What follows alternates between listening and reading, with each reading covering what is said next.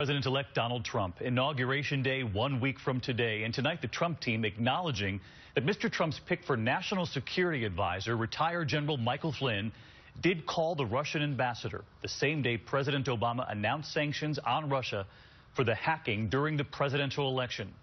Tonight they say they have a good explanation for this, and here's our chief White House correspondent, Jonathan Karl.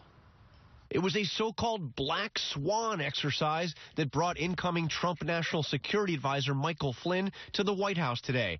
That's a doomsday drill designed to prepare the new team for any crisis that may hit. But Flynn is already in the hot seat. Questions about his contacts with Russia's ambassador to the U.S. It started with text messages on Christmas Day. According to the Trump team, Flynn sending holiday greetings. But 4 days later, just as President Obama is announcing retaliatory sanctions against Russia for its hack of the Democratic Party, Flynn and the Russian ambassador speak over the phone. The Trump team insists the call was simply about logistics. The call centered around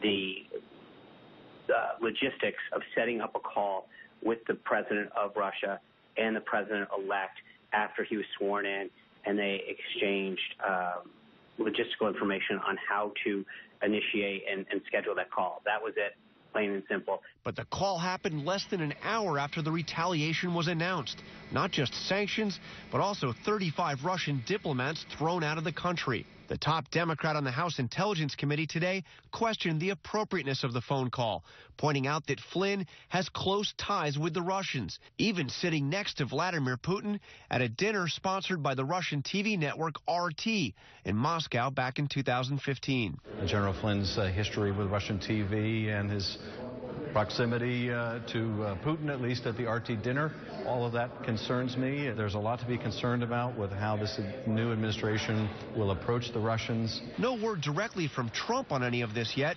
but the president-elect again blasted those unsubstantiated reports that Russia has been gathering compromising personal information to blackmail him, tweeting, quote, "totally made-up facts, probably released by intelligence, even knowing there is no proof and never will be." Meanwhile, Democratic Congressman John Lewis today said he plans to boycott the inauguration, in part because he believes the Russians helped get Trump elected. I don't see this president-elect, legitimate president. And John Karl live at the White House tonight. John, you're reporting that the Trump team does acknowledge that General Flynn did talk to the Russian ambassador on the same day of the sanctions over the Russian hacking. The incoming team on the phone with an adversary, but they say this was about something else?